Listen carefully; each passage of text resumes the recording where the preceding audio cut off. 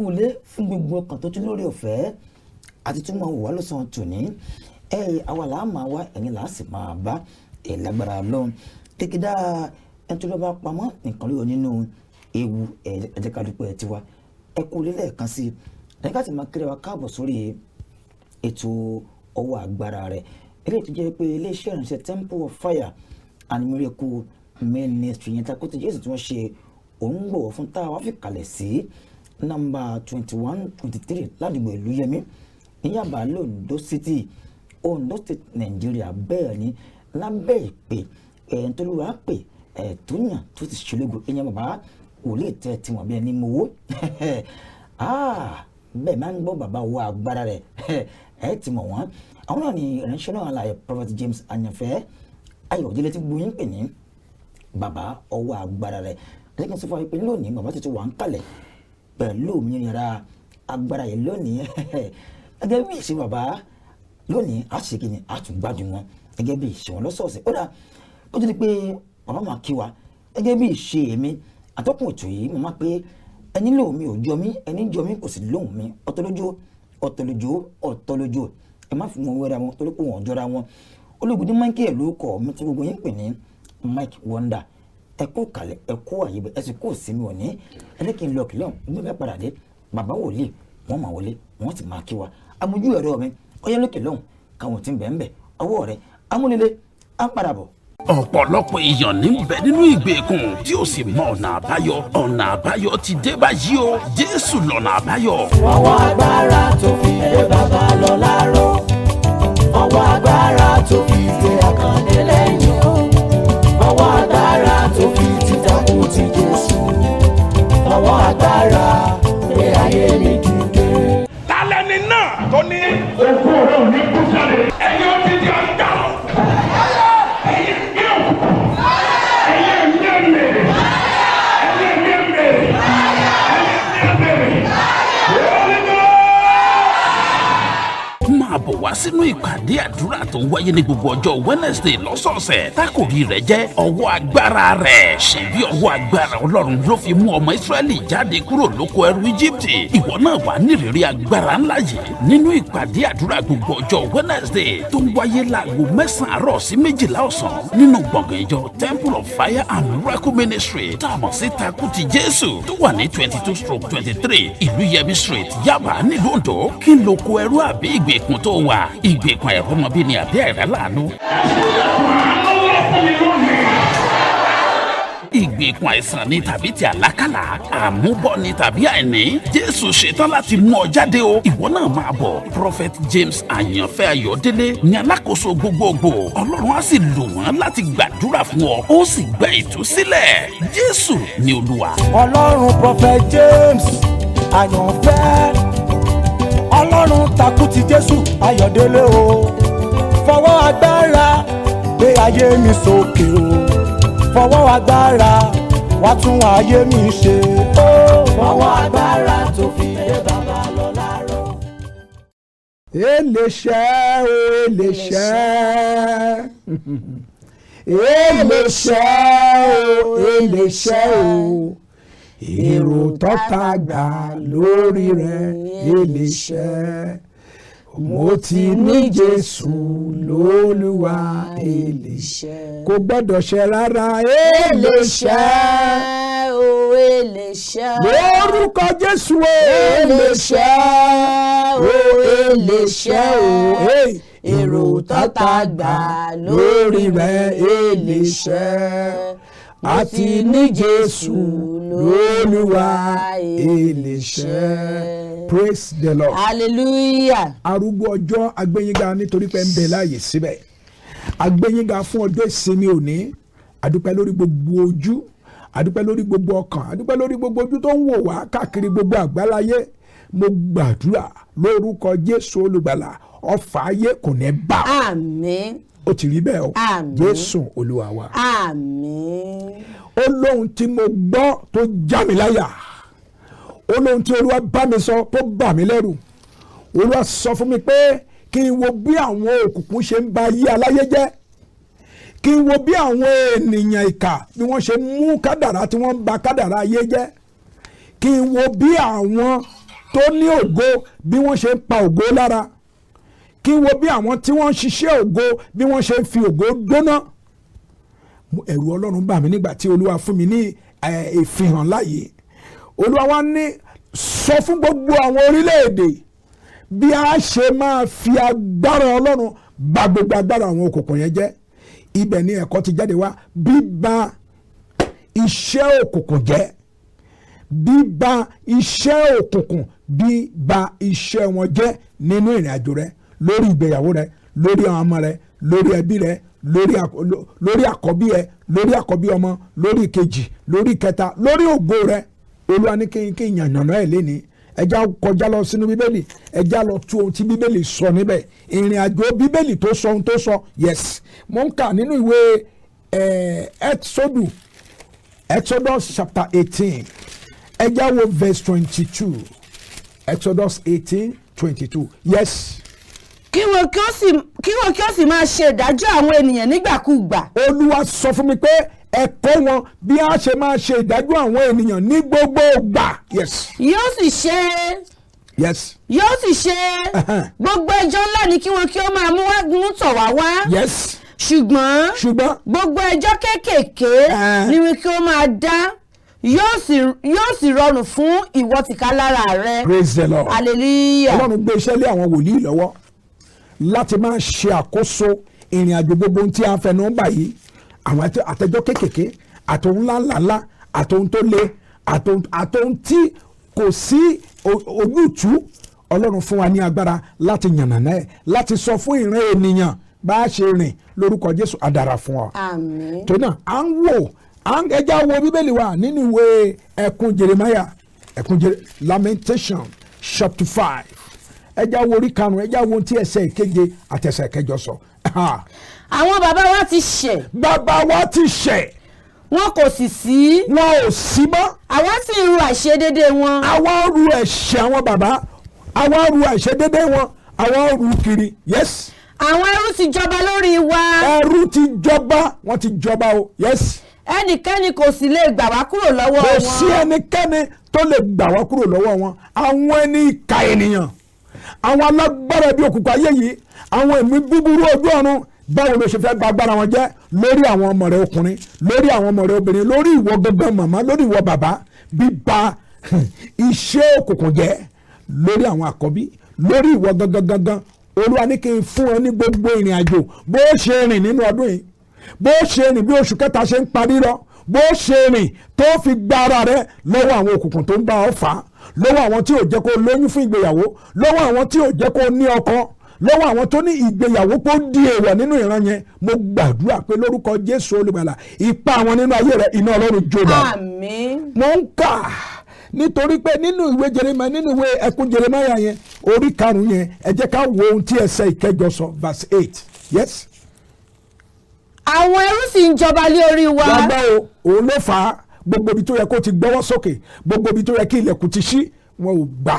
Àwọn ẹrú ènìyàn, àwọn alágbára, àwọn òkùnkùn àgbà, àwọn tó wà níbi gíga ayé yìí, wọ́n jọba, wọ́n jẹ́ kí iṣẹ́ tẹ̀síwájú. Yes. Kò sí ẹni tí ó lè gbà wá kúrò lé ọwọ́ wọn. Bíbélì sọ fún mi pé kò sẹ́ni tó lè gbà ọ́ kúrò lọ́wọ́ wọn àfi Kristi Jésù.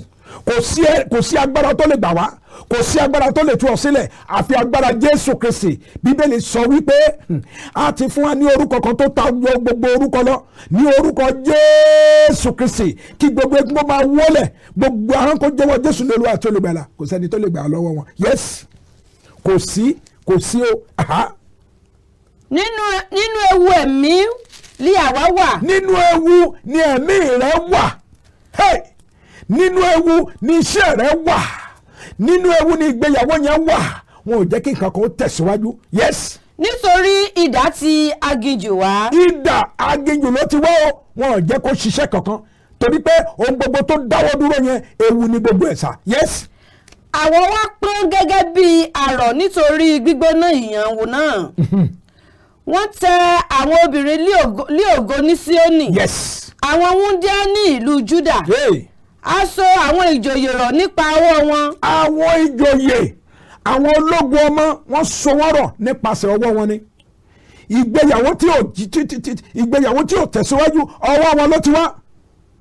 màmá tó fáyìn ó dá lóbìnrin ó rẹwà ṣùgbọ́n wọn ò jẹ́ kọ́kọ́ wá àwọn arábí ni má jẹ́ ń dárúkọ ẹ̀ka ńlá ni nínú ìrìn àjò ẹ̀ka ńlá ni Sátánì ni alákòóso gbogbo wọn ẹ̀ka jẹ̀ka section by section wọn àkọ́kọ́ òun làwọn àjẹ́ section wọn kejì làwọn èmèrè section wọn kẹta òun ni àwọn ìgbìmọ̀ gbogbo wọn ló wà papọ̀ tí Sátánì ṣe alákòóso wọn nínú ìwé Exodus chapter 22 yẹn Exodus 22 verse 18 ẹja gbọ́ iṣẹ́ tí Ọlọ́run rán sí wa bẹ́ẹ̀ yes Exodus 22. ìwọ kò gbọdọ̀ jẹ́ kí àjẹ́ kí ó wà láàyè. má jẹ́ kí wọ́n wà láàyè lórí ilẹ̀ ayé ẹ má jẹ́ kó ṣiṣẹ́ má jẹ́ kó bà ayé ẹ jẹ́ ó gbọ́dọ̀ fàyè lẹ̀ fún wọn ó gbọ́dọ̀ fàyè lẹ̀ wọ́n ń dá nìkan ẹrù tó ń dá nìkan gbé ìwọ nìkan ló ń dá nìkan gbé ọmọ ó ń dá nìkan tọ́ ọmọ ó dá nìkan sanwó ilé ó dá nìkan ṣe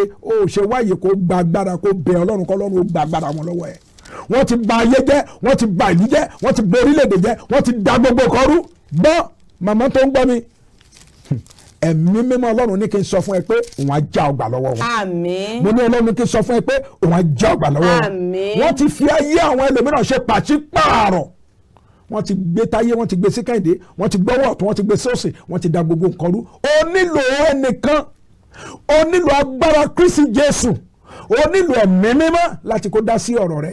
ìjà yìí tèmi kọ́ o ẹ̀mí mímọ́ gbéra nílẹ̀ máa jagun lọ. Olúwa o ìjà yìí èmi kọ́ o ẹ̀mí mímọ́ gbéra nílẹ̀ máa jagun lọ. ẹja wo bíbélì Isaiah chapter 43 ẹja tú bíbélì kalẹ̀ ká wo ohun tí Ọlọ́run sọ níbẹ̀ 43 ẹja wo ẹsẹ̀ ìkẹta verse 3. nítorí èmi ni Olúwa Ọlọ́run rẹ. èmi ni Olúwa Ọlọ́run rẹ. ẹni mímọ́ Ísírẹ́lì. bàbá mi ní kí n sọ fún ọ repetition means an emphasis ó tún sọ gbangba pé èmi ni Olúwa Ọlọ́run ẹlẹ́dàá rẹ yes. ẹni mímọ́ Ísírẹ́lì. yes. olùgbàlà rẹ. olùgbàlà rẹ. mo fi Íjíbítì ṣe ìràpadà rẹ. yes. mo sì fi Étíópíà àti Sébà fún ọ. aha. níwọ̀n bí ìwọ ti ṣe iyebíye ní ojú mi. níwọ̀n ìgbà bó ṣe ṣe iyebíye tó lójú Ọlọ́run. tí ìwọ sì ṣe ọlọ́lá. yes.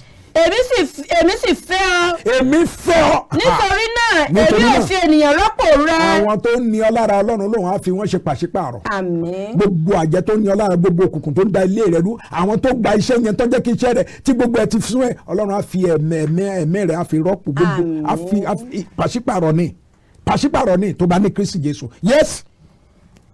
yes. àti ènìyàn rọ́pò ẹ̀mí rẹ. àti ènìyàn wọ́n rọ́pò ẹ̀mí rẹ wọn ò ní rí ọ pamọ́ lórúkọ Jésù wọn ò ní rí ọ pa. àmín. yes. má bẹ̀rù. má bẹ̀rù.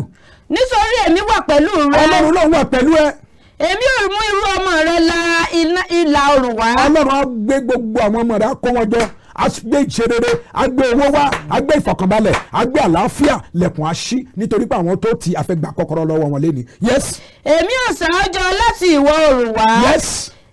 èmi ò wí fún àríwá pé. èmi ò wí fún àríwá pé. dá sílẹ̀. dá gbogbo ohun tó ti kó sílẹ̀ dá sílẹ̀ dá sílẹ̀ dá sílẹ̀ jẹ́ kó máa lọ mo ó yá tú sílẹ̀ jẹ́ kó máa lọ gbogbo ilẹ̀kùn tó títì ó yá ṣí gbà kọ́kọ́rọ́ gbà ṣí gbà ìyanu rẹ̀ gbà mọ́tò ẹ̀ gbà ọmọ ẹ̀ gbà akọ ẹ̀ gbà ìṣeré rẹ̀ ilẹ̀kùn kó máa ṣí ó yá gbà físà ẹ̀ gbà tí gbogbo ìrìn àjò tó ti gbà máa gbà wá báwo ló ṣe wá kàn mí.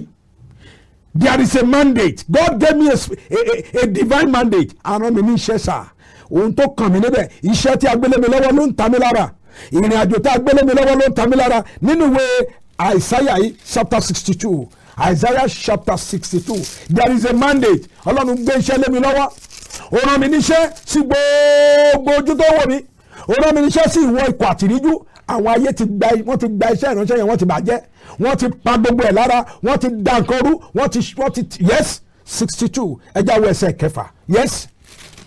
verses. èmi ti fi àwọn alóore sórí odi rẹ. Olúwa náà ti rán àwọn wòlíì ó ti rán wọn ṣáájú ó ti fún wọn síwájú rẹ yes. ìwọ Jerúsálẹ́mù. tí kì yóò pa àwọn ilé ẹnu mọ́.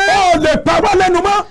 agbára wọn ò lè pa wọ́n lẹ́nu mọ́ lọ́sàn-án àti lóru àní dákẹ́ àyàfi ká tú ọ sílẹ̀ àyàfi kí Jésù olùgbàlà kó tú ọ sílẹ̀ yes. ní ọ̀sán àti ní òru títí láéláé. ní ọ̀sán àti lóru títí láéláé àní gbà ayé rẹ yẹn á gbà pẹ̀lú àdúrà á ṣílẹ̀kùn. Ọlọ́run ti lò wá, ó ti rán wa níṣẹ́ láti sọ fún gbogbo àwọn òǹdè wípé ẹ máa lọ lálàáfíà.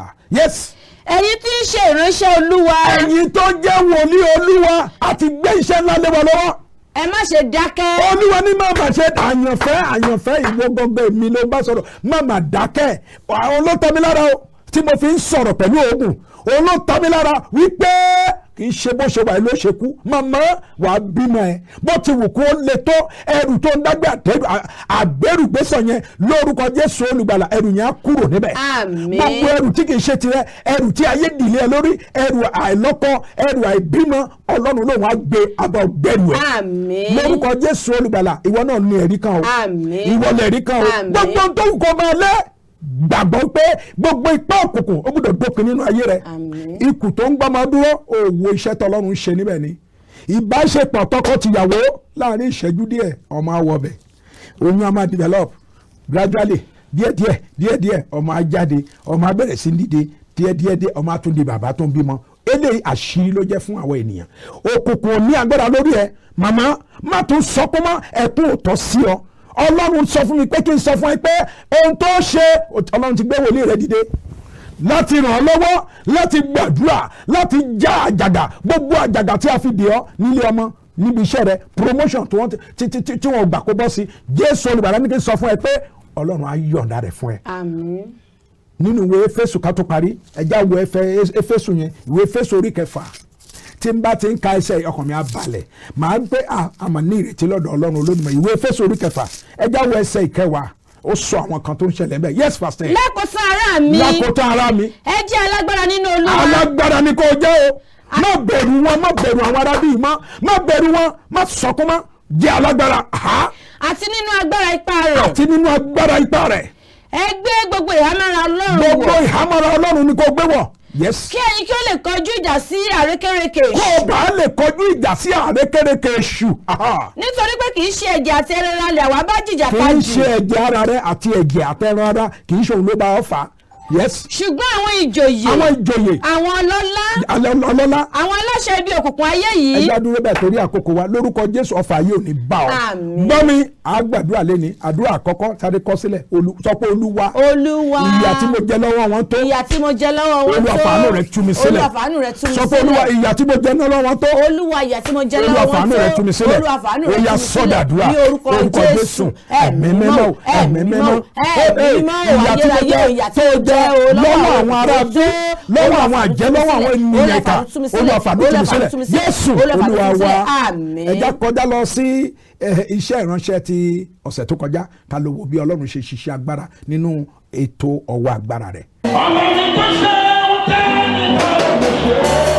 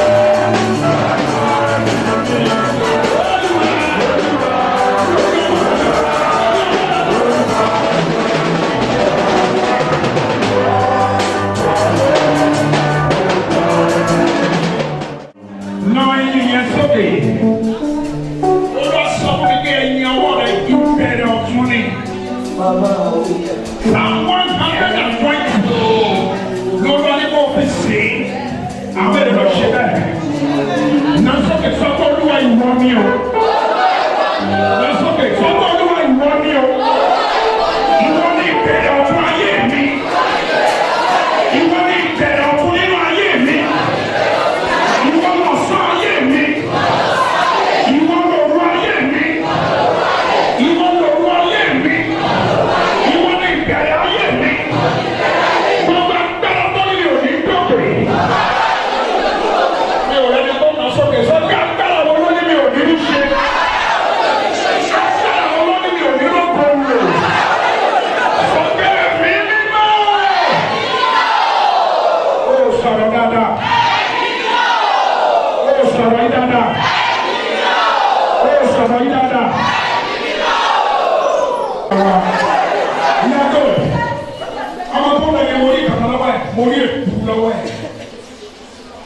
Hello ma. Ọmọ tẹ ẹ oníṣẹ́ yẹn mo ní èkó wọn gbé èkó. Mo lẹ ti rí mo ló ti rí báyìí. Holy Spirit. Holy Spirit. Àgbẹ̀ni náà. Ẹ̀mí nínú màmá náà sókè. Sọ pé olúwa lọ́wọ́ alágbára. Ọwọ́ rẹ̀ yìí. Ọwọ́ ẹ̀ ni mo ti rí. Ọwọ́ ẹ̀ ni mo ti rí báyìí.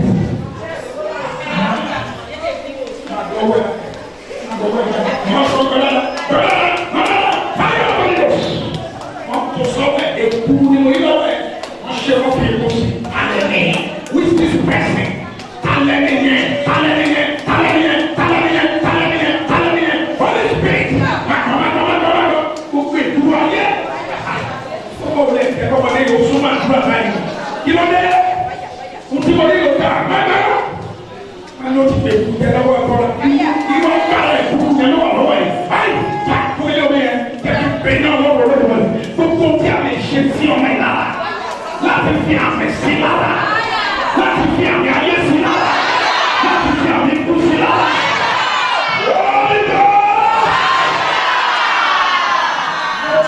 Jésù sí lórí.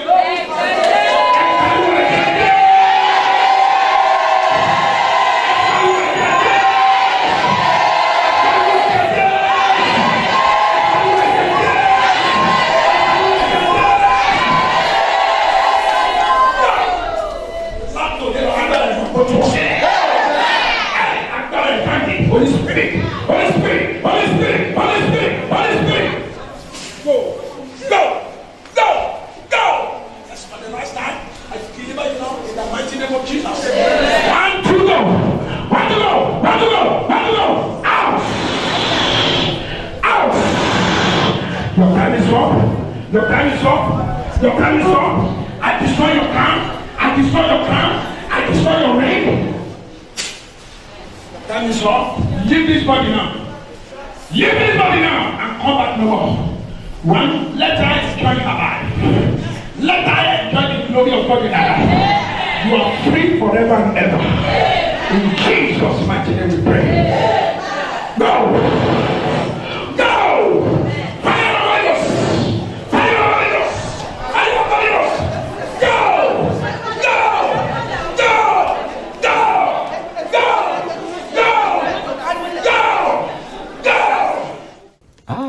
Tọ́ ẹ káàbọ̀ padà bàbá wòlíì mo kí ni pé ẹ kú iṣẹ́ Olúwa sà. Ẹ ṣé. Bólú àti ń bẹ tí mi rẹ̀ ń bẹ bàbá ìpè yín ò ní sọnù. Bàbá wòlíì sọ̀rọ̀ ń pa bíbá iṣẹ́ òkùnkùn jẹ́ sà. Bẹ́ẹ̀ni. Bàbá mi wá ní kí n bí yín sà. Ọ̀pọ̀lọpọ̀ ògùn rẹ̀ náà ti kó sínú wàhálà látàrí pé òkùnkùn ti bà iṣẹ́ ọwọ́ wọn jẹ́. Bàbá ọ̀nà ògùn tẹ́lẹ̀ gbẹ láti lè borí iṣẹ́ òkùnkùn láti lè pa iṣẹ́ òkùnkùn sà. Ọ̀rọ̀ tó lágbára ni àṣírí ńlá ni Ọlọ́run fi hàn mí. Olúwa fi ìran yìí hàn mí bí àwọn ayé ṣe ń ba ayé ènìyàn jẹ́. Wàá rí ẹlòmíràn ó lóyún wọ́n á dẹ̀ gbé oyún sá lọ. Wàá rí ẹlòmíràn iṣẹ́ rẹ̀ á dára wọ́n á dẹ̀ bà iṣẹ́ jẹ́. Olúwa ní báwo la ṣe lè bà iṣẹ́ wọn jẹ́ báwo lo ìwọ gan ṣe lè dòmìnira lọ́wọ́ wọn. Òmìnira yẹn iṣẹ́ yẹn òun lọ́lọ́run fi gbé wa wá bí láti sọ fún gbogbo àgbáyé wípé àwọn ọ̀nà kan wà tó lò ọ̀nà tá a lè lò òun ni kò súnmọ́ Jésù Kristi. Ó parí tó ẹ ṣeun bàbá ọ̀nà tí gbọ́ ìkòjẹ́ bó ti lóhùn ó jẹ́ ká súnmọ́ Olúwa ní kókó ọ̀rọ̀ tí ń bẹ ṣíṣe kí ni tí ń bẹ ń bẹ kódà nọ́mbà yìí ni ẹ láǹfààní àti máa pe bàbá sí bàbá ti yọ̀ǹda wọn tán nírọ̀lẹ́ tòní 080 34 73 87 93 08034 73 87 93 ní nọ́mbà tí ẹ fi pè wọ́n tí wọ́n fi bá bàbá wòlíì sọ̀rọ̀ ìyẹn 1-on-1 lẹ́yìn ètò tòní bàbá ti fi bàbá wòlíì lẹ̀ ó dáa kó tó di pé àyọ̀dá nọ́mbà kejì bàbá wòlíì ẹ ká sọ̀rọ̀ nípa ọrẹ májẹ̀mú kó tó di pé a tún máa tẹ̀sọ́jú bàbá nípa ọrẹ májẹ̀mú tí ẹgbẹ́ kalẹ̀ sà bàbá bóun gan ni a ṣe máa ṣe àbí làwọn olóyè lórí rẹ bàbá. Ẹ ṣe atọ́kùn ọ̀pọ̀lọpọ̀ ló ń pè mí ní Port Harcourt ní Ìlọrin pé ọrẹ májẹ̀mú yẹ kó o ti kéré jù pé 1,000 naira pé náà fẹ́ fi ṣe gbogbo ẹni tó ń wò mí Ọlọ́run ló ń gbéṣẹ́ ìránṣẹ́ sókè Ọlọ́run ìyanu fúnra rẹ̀ ló pàṣẹ tó náà á fi ọrẹ yìí ohun bó ti wò tó kéré tó ìwọ náà ní ipa nínú iṣẹ́ tí Ọlọ́run lọ́wọ́ sí nínú iṣẹ́ ìgbà ìkẹyìn nínú ìrìn àjò èyí tí a ń polongo Jésù Kristi káàkiri gbogbo àgbáyé kò ń ṣe ohun tó lè pa ẹ́ lára a fi eléyìí ọrẹ yìí a fi ń sọpọ́tì àwọn television programs wa gbogbo àwọn radio programs wa òun la fi ń support mo dẹ̀ gbàdúrà pé tí wọn náà tó bá ti nípa sí lórúkọ Jésù ògo rẹ̀ ò ní rilẹ̀ gbogbo lẹ̀kùn a máa ṣí fún ọ lórúkọ Jésù ìwọ náà á dín ńlá ọrẹ yẹn if you can sow a seed unto this ministry I am believing God that the Lord will bless you in return. So shall it be in Jesus' name. Àmín tó ẹ̀yin ará ilé kò jẹ́ bó ti lóhùn ó jẹ́ ọ̀rẹ́ májẹ̀mú ibẹ̀ bẹ́yìn náà bá ti ń ṣe ẹ̀yin náà kọ nọ́mbà yìí lẹ̀ wọ́n tẹ́fẹ́ pé olúwa kó ṣe nu ayé ẹ̀yin náà kàn fi ṣọwọ́ sí bàbá wòlíì lórí voice note WhatsApp nọ́mbà wọn ń fi tà fún wa ẹ̀yin náà kọ nọ́mbà náà lẹ̀ báyìí wọ́n tẹ́fẹ́ pé olúwa kó ṣe bàbá ti ń ṣe ọ̀rẹ́ májẹ̀mú yìí náà ẹ̀yin tó tẹ́fẹ́ pé olúwa kó ṣe ẹ̀yin náà máa sọ sínú voice note kẹ́fi ṣe kíni kẹ́fi ṣọwọ́ sí bàbá wòlíì wọ́n ti gbàdúrà sí fún yín kẹ́bàjẹ́ ní ẹ̀rí tó ṣe kíni tó dájú nọ́mbà náà rẹ̀ ẹ̀kọ́ lẹ̀ báyìí ẹni bá gba wòlíì ìgbà sí kíni ájòyè wòlíì nọ́mbà náà rẹ̀ o 070 84 25 41 28 jẹ́ kí n tún múlẹ̀ kan sí 070 84 25 41 28 wọ́n lè ti ṣe kíni kò dán lọ́hùn wò bíbélì nígbà lọ́wọ́ ṣe fún tèmi kò ṣe kíni tèmi kò san fún ìwọ náà fi lè dán olúwa wò kò jẹ́ bó ti lóhùn ó jẹ́ ó dà bàbá wòlíì ìpàdé àdúrà ọwọ́ agbára rẹ̀ tó ń bọ̀ lọ́nà yìí bàbá ó máa pè é tọ̀sẹ̀ yóò ṣe kíni yóò tún lágbára dáadáa bàbá wòlíì ọ̀sẹ̀ tá a fẹ́ mú yìí níbo là ń lọ gan sa. ibi tá a lọ ibẹ̀ láti dé yìí. ó parí. gbogbo iṣẹ́ òkùnkùn tẹ bá wo tí tá bá ní àǹfààní láti lè wo wàá rí àwọn àgbààgbà òkùnkùn wàá rí àwọn àgbààgbà àjẹ́ ètí ọwọ́ tẹ̀ nínú ìpàdé àdúrà yẹn life and direct jẹ́ ká wo tábà ẹ wo bó ṣe ń lọ yẹn máa wò kò sí alágbára tó wà lórí ayé rẹ tí Ọlọ́run ní fi ná mú gbogbo ẹni tó ń dà ẹ́ láàmú Ọlọ́run á dà á láàmú mo wà ní US ni mo wà ní anywhere all over gbogbo àwọn tó ń dewúrẹ́ tó ń dàdìyẹ tó ń dẹyẹ ìdá Ọlọ́run á bá wọn tó náà ní ọ̀sẹ̀ tó ń bọ̀ gbẹ̀gẹ̀dẹ̀ gbiná. bàbá bẹ́ẹ̀ ti yín rí sá bẹ́ẹ̀ ni. bàbá ìpàdé àdúrà tí à ń sọ̀rọ̀ ń padà yìí tá a ṣe ẹjọ́ wẹ́ẹ̀sì tó ń bẹ̀ bàbá wòlíì bàbá wa ń bọ̀ kí ni ohun ìjà tá à ń lọ bàbá ń bọ̀ sí ìpàdé àdúrà yìí. ohun ìjà tó mú wa òun ni àdúrà ẹ ó parí àti gbàgbọ́ ó ti tán. so ẹ̀yin ará ilé nọ́mbà náà rí lẹ́ẹ̀kan sí 080 34 73 8793 nọ́mbà tí ẹ fi bá wọn sọ̀rọ̀ wọ́n ní lẹ́yìn tó bá ti yọ̀ǹda bàbá wòlíì tán àmọ́ nọ́mbà kejì bí wọ́n ti ṣe ọ̀rẹ́ májẹ̀mú òní tán ìwọ náà pé nọ́mbà kejì yìí kó ṣe voice note kó ṣe kíni kó fi ṣọ́ọ́sì bàbá wòlíì kó tẹ́ fi kó la kó ṣe nínú ayé tiwọn náà kọ́ nọ́mbà náà sílẹ̀ báyìí kó fi ṣe ọwọ́ sí bàbá wòlíì lórí tó fẹ́ kí kó la kó ṣe lórí ayé títí kó bá lè ní ẹ̀rí tó lákàkì dáadáa nọ́mbà náà rèé 070 84 25 41 28 ẹ ti máa lójú àmóhùnmáwòrán bẹ́ẹ̀ ni ọ̀dà bàbá kó tó di pé à ń máa yọ̀dá yín di ọjọ́ mẹ́jọ bàbá wòlíì bàbá ní gbóná nǹkan ẹ kàn jẹ́ kí gbogbo ọmọ Nàìjíríà mọ̀ pé kò sún tó la wò lè ṣe nípasẹ̀ ìpàdé àdúrà ilé tí ó ń bọ̀ lọ́nà yìí ẹ gbà wọ́n mọ̀ràn sà. mo dúpẹ́ lọ́wọ́ Ọlọ́run fún Ọlọ́run tó ń ṣiṣẹ́ kì í ṣe ìgbékalẹ̀ ènìyàn ìgbékalẹ̀ Ọlọ́run gbogbo ibikíbi tó bá wà distance is not a barrier ìwọ náà lè wá fi ojú ẹ̀ tó ohun tó ń ṣẹlẹ̀ níbẹ̀ mo gbàgbọ́ pé lẹ̀kùn àánú àsìkò tó láti kó ṣe fún ọ lórúkọ Jésù ìwọ náà ní ẹ̀rí rẹ̀ gbogbo wa mo rọ̀ wá gbogbo àwọn ọmọ Ọlọ́run tó ń gbọ́ mi tó ń wò mí ẹ jẹ́ ká support iṣẹ́ ìránṣẹ́ yìí lórúkọ Jésù Ọlọ́run ìyanu agbèwọ̀ náà dìde àkànnàbà yẹn nìyẹn ẹ jẹ́ kí I want you to sow a seed lórúkọ Jésù Ọlọ́run á yà ọ́ lẹ́nu. àmín àbá ẹ̀sìn ọjọ́ wa tí bàbá ìgbàdo ọ̀fà kàmá lónìí. Ọlọ́run má jẹ̀mọ́ Ọlọ́run ìyanu tirẹ̀ ní ìyàn àti ògo àtọ́lá mo sọ̀rọ̀ bí wòlíì Ọlọ́run Olódùmarè gbogbo ojú tó ń wò mí àti etí tó ń gbọ́ mi ilẹ̀kùn ìyanu tuntun ó yá kó ṣí fún yín ọwọ́ òkùnkùn wo ló ń ṣiṣẹ́ lórí ọ̀rọ̀ rẹ ẹ̀mí mi Ọlọ́run kó ààrẹ sí wọn Jésù Olúwa wa. àmín àmín àmín lórúkọ Jésù ẹ̀yin ará lẹ́kọ̀ọ́ jẹ́wọ́ ti lóhùn ó jẹ́ a máa fi òní ṣe lọ àmọ́ ká tó máa lọ ìpàdé àdúrà ọjọ́ wẹ́sẹ̀ má jẹ́ àgbàgbé ìyẹn nínú ìjọ Temple of Fire and Miracle Ministry takoto Jésù tó wà ní nọ́mbà 21/23 ládìgbò Olúyẹmí ní Yaba Ondo State Nàìjíríà lábẹ́ ìpè bàbá wòlíì tó ra fi iṣẹ́ ìtúsílẹ̀ rántí gbogbo mọ̀túnmù wà káàkiri orílẹ̀ àgbáyé ẹ̀ tí mo bó ṣe ń lọ ẹ̀yìn ẹ̀ tí mo máa rí àbí padà nínú ìjọ Temple of Fire and Miracle Ministry ọ̀sẹ̀ yìí ẹ má jẹ́ àgbàgbé nínú ìtakò ti Jésù gbogbo náà ni a pè sí ìpàdé àdúrà náà tọ̀sẹ̀ ṣe kí ni a tún lákàkì dáadáa ó dáa gẹ́gẹ́ bá tó kùtù yìí ẹ jẹ́ kí n máa fò ní ìṣòro èmi máa pé ẹni náà mi ò jọ mí o ẹni jọ mí ò sì lóhùn mi ọ̀tọ̀lójú ẹ má fi wọn wéra wọn torí wọn ò jọra wọn Ologunde Micheal ló kọ mi tí gbogbo yín pè ní Mike Wonder á pàdé ńjọ́ mẹ́jọ àlàáfíà Olúwa kò ní fa ayé wálẹ̀ o ẹ kú kalẹ̀ ó dàbọ̀. ọwọ́ agbára tó fi dé bàbá lọ láró ọwọ́ agbára tó fi dé Akànnì lẹ́yìn ọwọ́ agbára tó fi títàkùn ti Jésù ọwọ́ agbára pé ayé mi dìde.